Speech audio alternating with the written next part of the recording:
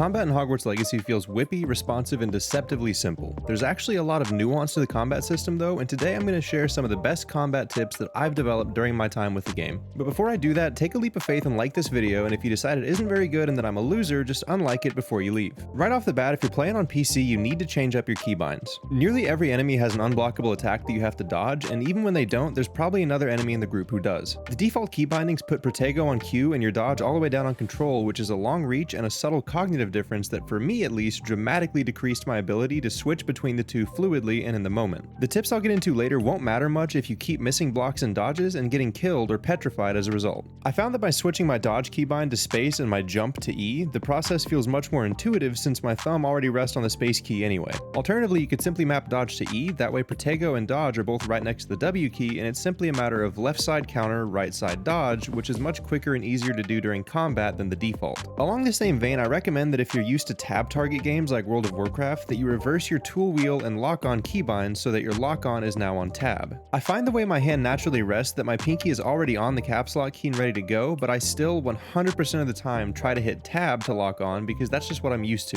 Plus on my computer I get a super annoying pop-up every time I toggle caps lock even when I'm in game, so that doesn't help. Moving along, now that your keybinds are good to go, make sure you're setting up your spell sets with intention. I have one spell set for each purpose, and the combat sets specifically are arranged to follow my established combat flow. As long as I hit 1, 2, 3, and 4 in order, I know it'll be effective even without basic attacks mixed in. Your combat flow may look different than the one I'll suggest later in this video, but the key here is to set your spells up in an order that feels intuitive for you. The last thing you want is to be trying to figure out what spell you need to cast next in between dodges and blocks during a hectic fight. Now we're going to talk a little bit about establishing your combat flow and which spells to use. There are a couple of key considerations to keep in mind when you're building your flow. Firstly, enemy resistances are important. I recommend having at a minimum one red, one yellow, and one purple spell in your main rotation at all times to deal with the 3 types of shield. At least one red spell should be a fire spell so that you can make Inferi vulnerable as well. If you have to choose a single red ability, I'd recommend Confringo with the Confringo Mastery talent because the extra homing projectiles make dealing with mobs of Inferi and regular enemies much easier. You really want to make sure that your main rotation is as versatile as possible so you don't have to switch spells around to deal with niche enemies. The more you switch spells, the more you'll struggle to remember them intuitively during a fight.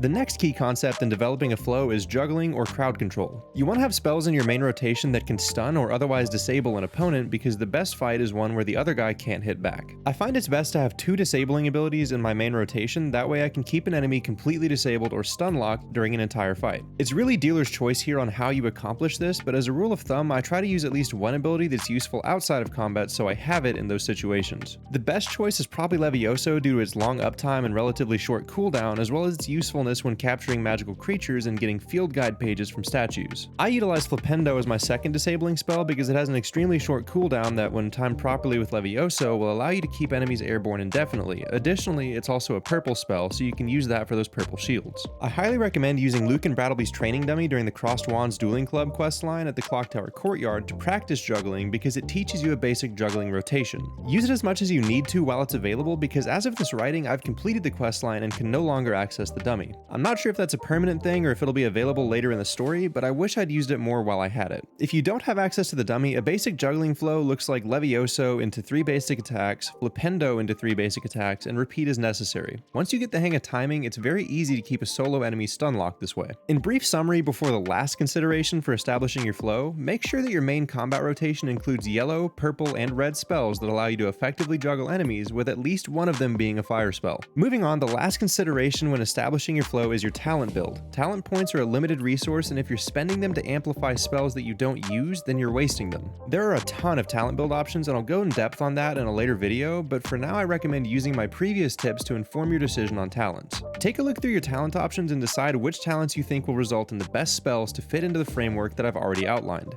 For instance, as I said before, I use Confringo as my fire spell because the Confringo Mastery talent adds homing projectiles to it. Similarly, I use Expelliarmus because the Disarming Curse talent allows it to apply curse status to enemies, which fits in nicely with my Dark Arts talent build and helps me spread that curse status around. Talents should be used intelligently to augment an already holistic combat rotation, not just spent at random to make you feel like you have to use spells that don't really fit. So now that we understand the key considerations when developing your combat flow, let's take a look at my setup as an example. My main rotation in order is Levioso into Expelliarmus, followed by Flipendo and Confringo to finish. This setup gives me a tool to deal with each type of shield and resistance while still being able to juggle effectively and deal large amounts of damage to groups of enemies with the right talents. If you're utilizing unforgivable curses, I recommend sliding them into your second spell set due to their high cooldowns. Usually I find that if I cast Crucio and then switch to my main spells for a full rotation with basic attacks, Crucio is normally off cooldown by the time I switch back and need to reapply it. Later, once I've got all the unforgivable curses and their talents unlocked, the rotation will begin on my second bar with Crucio and a few basic attacks to spread the curse status. Then I'll use Imperio on the first uncursed enemy I target switch to in order to further spread the curse status. Finally, I'll use Expelliarmus if I see any stragglers that need to be cursed, and then Avada Kedavra to kill all the cursed enemies in one go. In this case, your main bar is there primarily to deal with any resistant or shielded enemies, then juggle and mop up any stragglers while the curses are on cooldown. Tons of people won't be utilizing unforgivable curses, however, so if this doesn't apply to you, then simply disregard and utilize the main rotation that I described earlier, but just know that you're missing out on some really fun and satisfying gameplay. The main key to combat in Hogwarts Legacy, regardless of what type of build you're using, is to make sure that you have an intelligently designed and holistic main spell rotation. Your main rotation should allow you to deal with all manner of resistances and shields without the hassle of trying to switch spells on the fly mid-fight. Second to that is setting up your keybinds and rotations in a way that allows you to apply that rotation quickly and intuitively without too much thought involved. When you put all these factors together and you're comfortable with them, I promise you'll have a wonderful time blasting through bandit camps and stomping on goblins. If you found this video helpful and you haven't hit that like button yet, go ahead and do that. And while you're there, make sure to hit that subscribe button for more helpful Hogwarts Legacy content. That's all for today, folks, and until next time, peace.